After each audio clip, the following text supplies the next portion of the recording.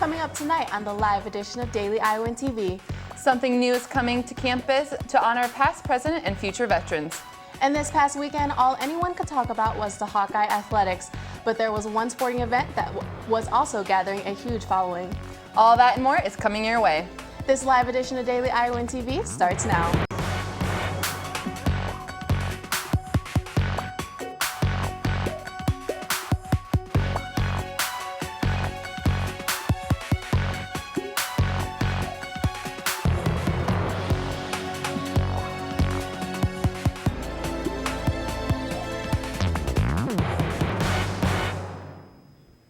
Good evening and thanks for joining us. I'm Kelsey Sanger. And I'm Alana Neal. Well, there was a ton of sporting events going on this past weekend for the Hawkeyes. Let's catch up with Alyssa in the sports studio. Yes, guys, the Big Ten Championship game was one to remember, though not in the best way for Hawkeye fans out there. And though the outcome wasn't ideal for Hawkeye Nation, Iowa had one of the biggest plays of the night downfield. Even with that play, they still only ran 16 plays in the second half compared to Michigan State's 52 plays. Taylor Brooks takes us through this Iowa offense. Taylor? The talk leading up to the Big Ten Championship was all about Michigan State's Connor Cook and his arm, and Iowa's 4 running backs who have been producing yardage after yardage each week. But it was the complete opposite for both teams on Saturday night. MSU thrived on the run game, while Iowa proved that they can throw the ball down the field. But Tavon Smith's completion by C.J. Beathard for 85 yards just wasn't enough for Iowa to come out on top. That was an excellent call by Greg up in the box, and the guys up front really executed well as a play action. Protection was great. This is a tough group to block. They're really good pass rushers, so the protection was great. And CJ put it out there right on the money, and Tavon brought it in and finished the play. So it really gave us a spark there in the second half, gave us an opportunity to take the lead, and just a tremendous play, but characteristic of the way he throws the ball and the way he plays quarterback. No, I mean, I don't really look at my own performance at all. I just know that the team gave a good effort the entire night, and we played tough, and it was a tough game, but both sides of the ball played tough, and credit to Michigan State, they played tough as well. I mean, that played a big part, and we just couldn't come out with it. I mean, they played a little bit tougher than we did when it came down to the wire. But at the same time, Michigan State played a great game, played well defensively. Kept us scoring fewer points than their offense did, so they did their job, and just got to come back and get the next one. Reporting from Lucas Oil Stadium, this has been Taylor Brooks for Daily Iowan TV Sports. Fast forwarding through the game, Michigan State's 22-yard drive ate up over 9 minutes of the fourth quarter and gassed the defense as the Spartans scored the winning touchdown with 27 seconds left on the game. Katie Reber got the players' take on what went down in the team's first loss.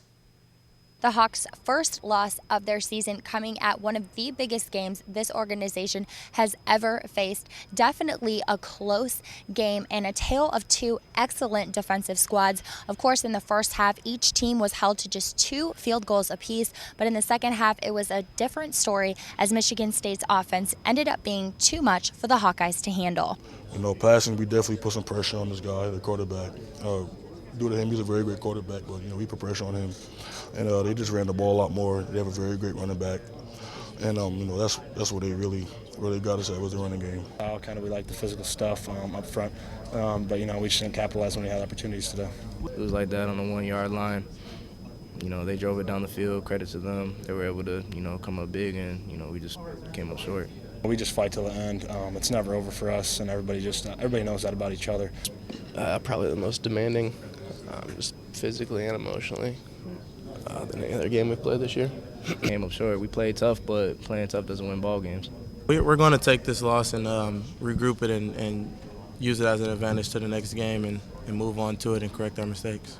Excited to get to the next game here, and put this one behind us. I think every guy is proud of the way he played and gave it their all. It's just a tough way to lose.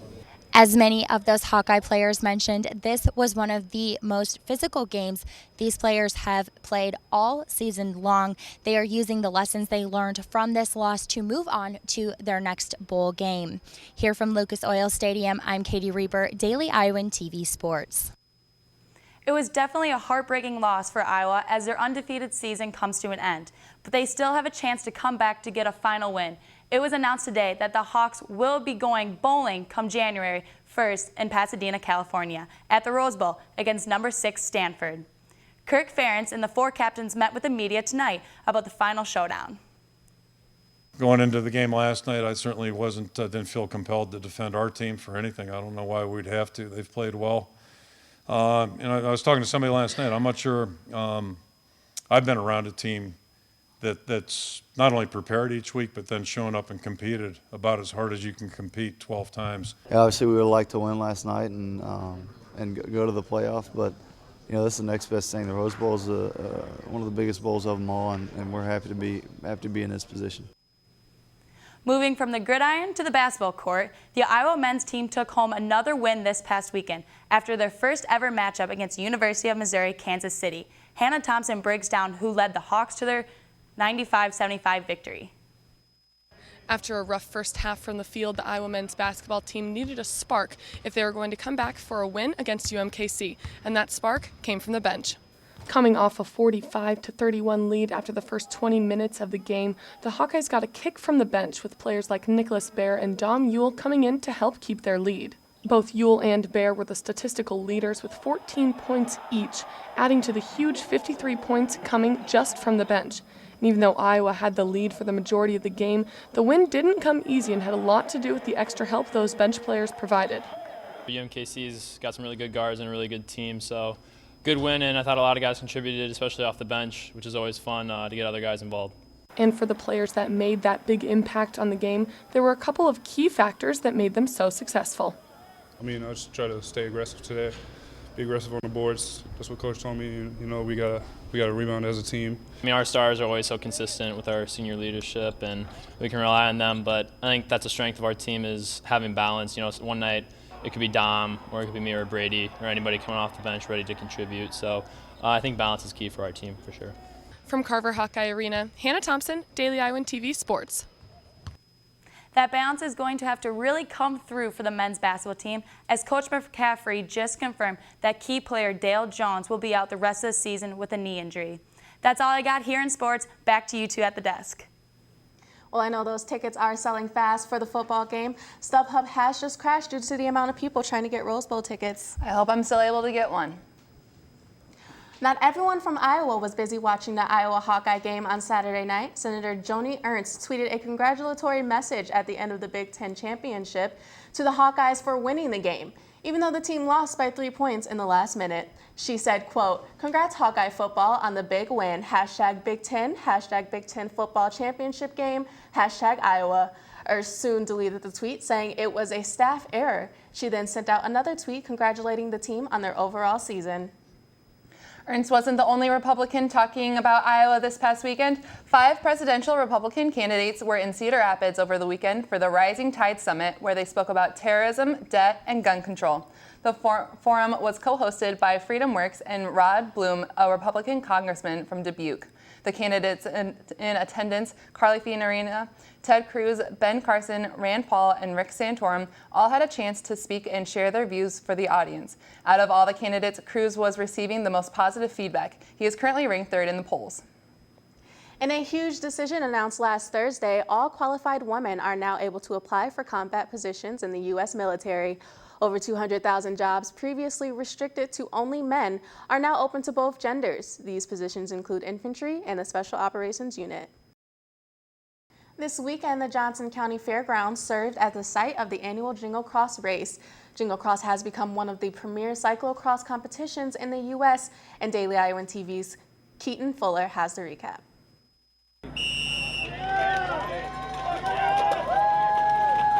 The race was on for an expected 2,500 plus bicyclists this weekend at the 12th annual Jingle Cross race. The 3-day event saw racers of all ages battling the course that proved even more challenging than usual this year. With a messy, muddy course to contend with, conditions are not ideal for racers today, but as you can see behind me, that isn't stopping all these amazing racers from pushing forward to reach the finish line. These cyclocross races combine elements of mountain biking, cross-country running, and road racing, demanding the participants push themselves to their physical limits. Racers like University of Iowa professor Tom Scholes left muddy but accomplished. Well, it was pretty tricky, I have to say. I crashed a number of times on some of the muddy sections. I got through the Mount Crumpet downhill safely 3 times and over the bars once. I consider that a success. In the course of 12 years, the Jingle Cross race has gone from a community event of about 60 racers to one of the biggest cyclocross competitions in the nation. This year's race serves as both a bid for Iowa City as a possible host of one of the 6 stops for the 2016 Cyclocross World Cup circuit, as well as a fundraiser with all proceeds going to the University of Iowa Children's Hospital. Keaton Fuller, Daily Iowan TV. The Homeless Children's Trust, a nonprofit Iowa City organization, is helping less fortunate families this holiday season. The organization, which recently celebrated its 25th anniversary, will be providing money for homeless parents to buy Christmas presents at Kmart for their children. The goal is to raise enough money to provide for 150 kids each year. Those interested in providing money to support the event can mail checks year-round to the Homeless Children's Trust. The trust is sponsored by the Hawkeye Area Community Action Program. Well, that's all we have for you tonight on Daily Iowan TV. Be sure to check out our website, dailyiowan.com, for all the latest news between now and Sunday. For Daily Iowan TV, I'm Kelsey Sanger. And I'm Alana Neal. Have a good night.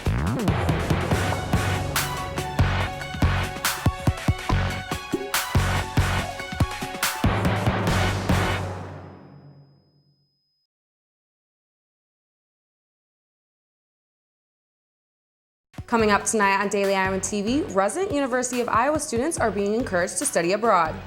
And Iowa City will once again build a temporary shelter for those needing to escape the oncoming winter cold. All that and more coming up. Daily Iowan TV starts now.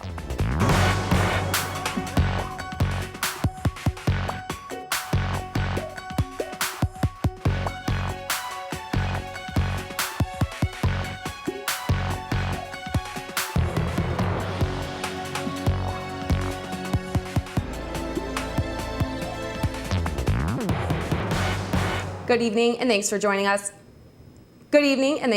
us. I'm Nikki Crossway. And I'm Alara Bartlett.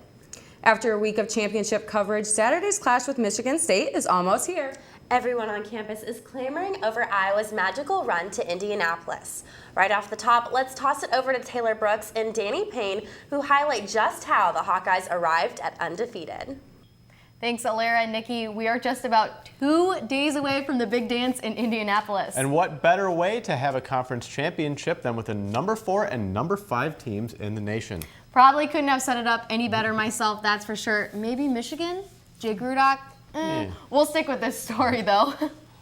Before we get down to what both Iowa and Michigan State plan to bring to Lucas Oil Stadium Saturday night, this 12-0 start for Iowa has been special.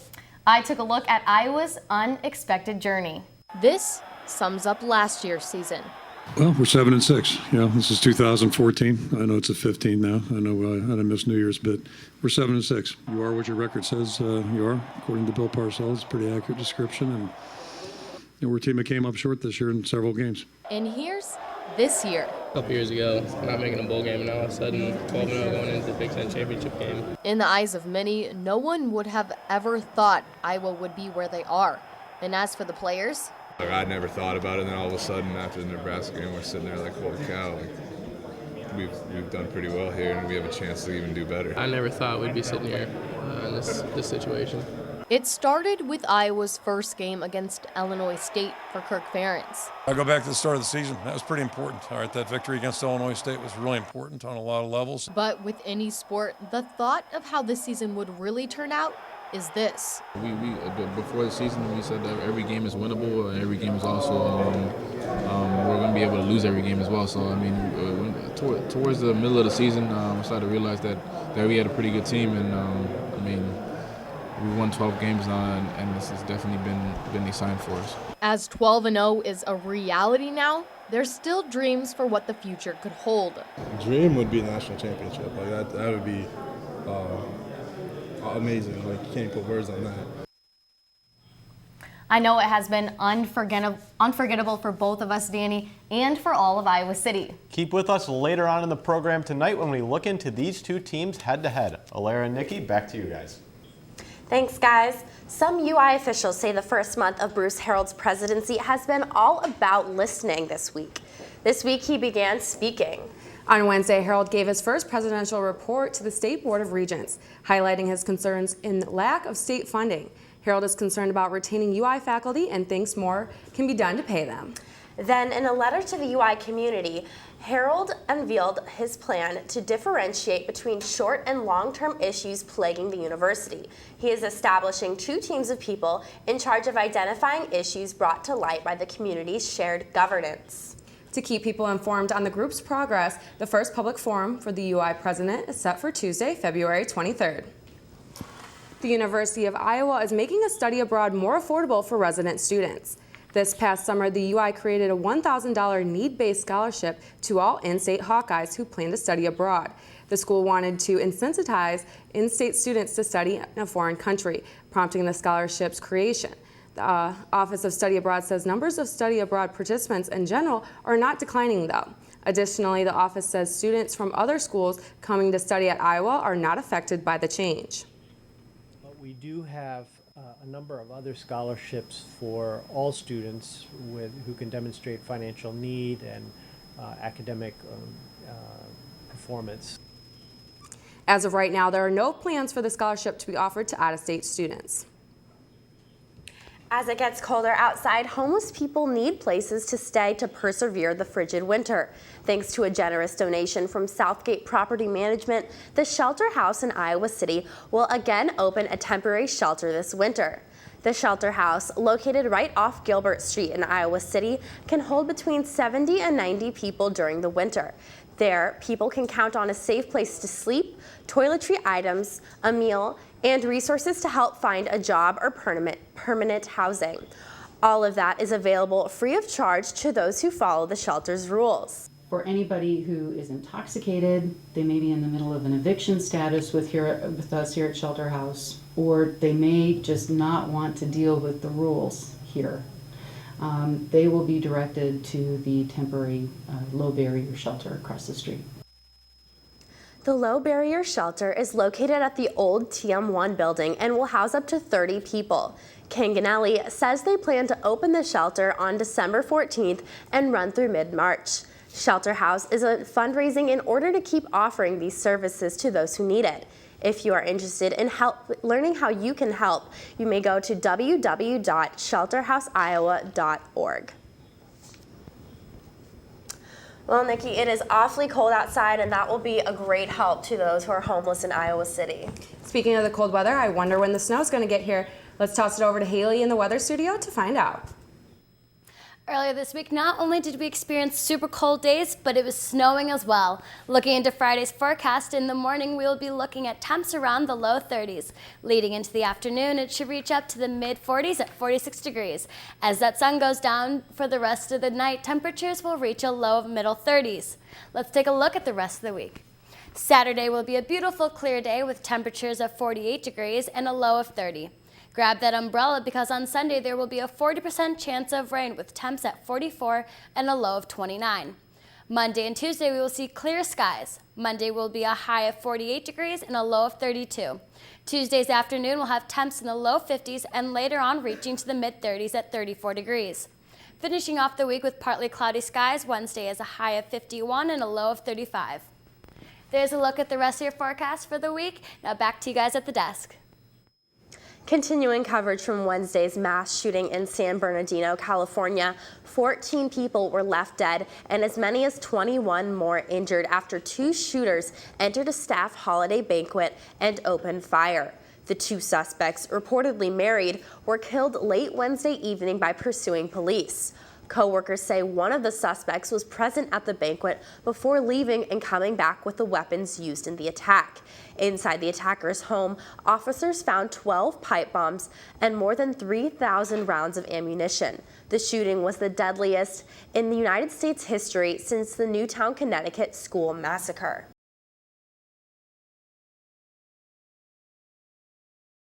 Even though most apartments in Iowa City and the student housing provided by the university officially don't allow pets, animals are allowed under very special circumstances.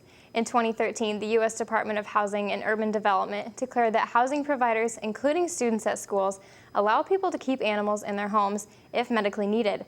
And for some students, that animal is the difference between a very good day and a very bad day.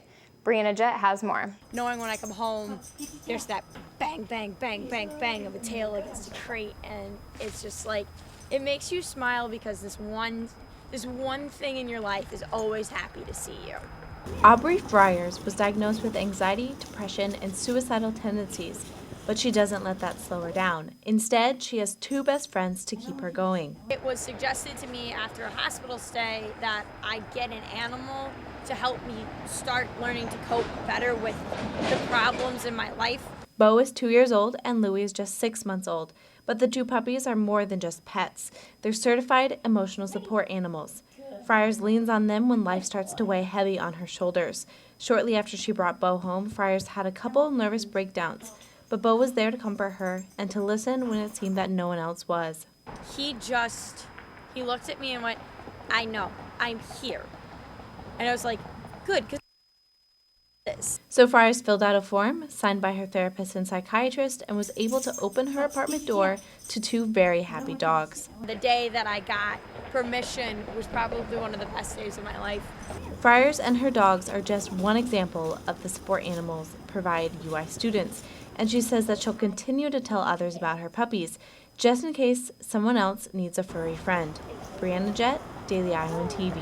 Well, Katie, I think I can speak for both of us when I say the weather this week has been downright awful. I know, and it's not very ideal when walking to class, but I really hope it stops Saturday for the game.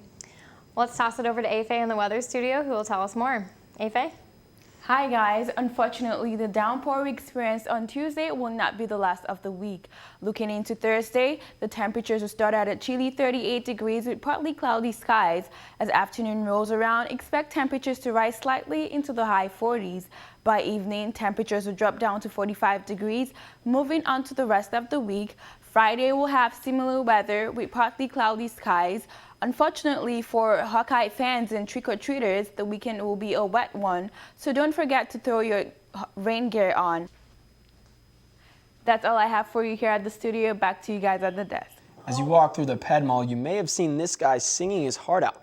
Whether it's daylight or the dark evening hours, Ace Jones loves to perform. Daily Iowan TV's Megan Sanchez sat down with him to learn more about his passion for music. All through the night. You can meet me at my house. Hey, how's it going? My name is Ace Jones. I'm a singer-songwriter from Cedar Rapids, originally from California. I'm 27 years old. When I was about 14 or 15, I started playing guitar. Before you know it, I was in a band and we played a lot of shows in California, and it just pretty much went from there.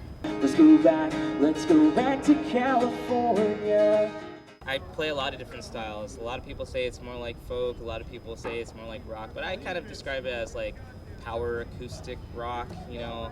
It's kind of like whatever I write, you know, whatever comes out, that's what it is. Sometimes it sounds like country, sometimes it sounds like rock, sometimes it sounds like pop, so it's an eclectic mix of all kinds of different genres. The one thing I really like about singing and playing guitar is just expressing your emotion and drawing emotion from other people, you know. I'll play a song, and then if somebody can relate to it and they get some emotion out of it, you know, I think I've done my job, because I don't just write songs to just write songs. I write songs because I genuinely feel those songs. You know, kind of toning it down since I do have a family now, it's a lot more fun because I have more control over what I do. So wherever the Lord takes me is where I go. Staring out the window, snow really didn't seem to look that bad. After weeks of sleeping on the issue, senators of the University of Iowa student government approved funding of a napping station in the Iowa Memorial Union.